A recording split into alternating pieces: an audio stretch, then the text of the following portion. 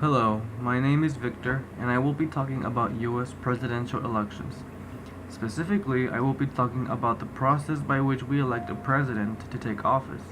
I got my inspiration to do this topic because we are in an election year this year, and I thought this might enlighten people so they know how we elect the person to take the highest office in the country. So, let's begin. There are two elections that take place during presidential election years. There are primary election and the general election. Let's talk about the primary first. The primary election is that election that determines who will be the candidates from each party that get nominated to run in the general election. There is both a Democratic presidential primary and a Republican presidential primary. Many candidates run during the primary, and this election typically lasts several months. All 50 states plus U.S. territories vote sometime during this period, with the state of Iowa being always the first one. Each candidate wins a certain number of delegates according to the popular vote totals of each state or territory. Once the primary season is over, all the delegates from all states and territories attend a convention for their own party. These delegates are the ones who officially nominate a candidate. The candidate with a majority or plurality of delegates at this convention officially becomes that party's nominee for the general election. We have now narrowed it down to two candidates, one for each major political party, one for the Democratic Party and one for the Republican Party. This is when the general election campaign season begins. Now let's talk a bit about the general election. Unlike the primary, which takes several months, the general election happens all in one day. All 50 states vote on the Tuesday after the first Monday in November to elect the next president.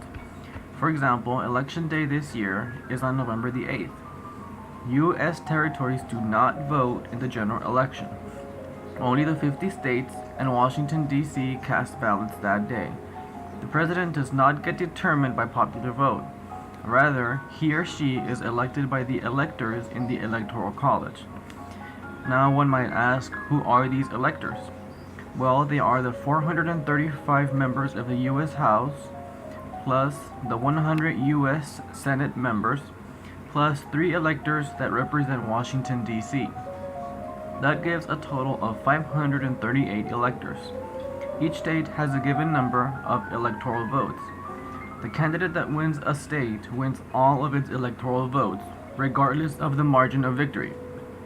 For example, suppose candidate X wins Texas by 1 vote. Then that candidate X will win all of the 38 electoral votes from Texas. The same is true if that candidate wins by 1 million votes. A majority of these electoral votes is needed to win the presidency. That means that the candidate that gets to 270 electoral votes wins.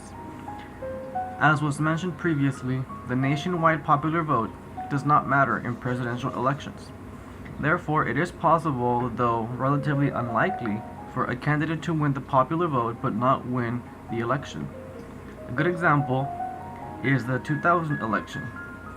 As you can see in the graphic, Democratic candidate Al Gore won the popular vote, but because of the electoral votes, or winner take all, Republican candidate George W. Bush won the election. What happens if no candidate reaches 270?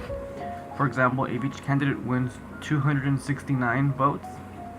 If that is the case, then the election is handed over to the U.S. House of Representatives, and they are the ones who elect the new president. The president usually gets inaugurated in January the following year, and this is where they give their famous inaugural address. And that is how our presidential election system works.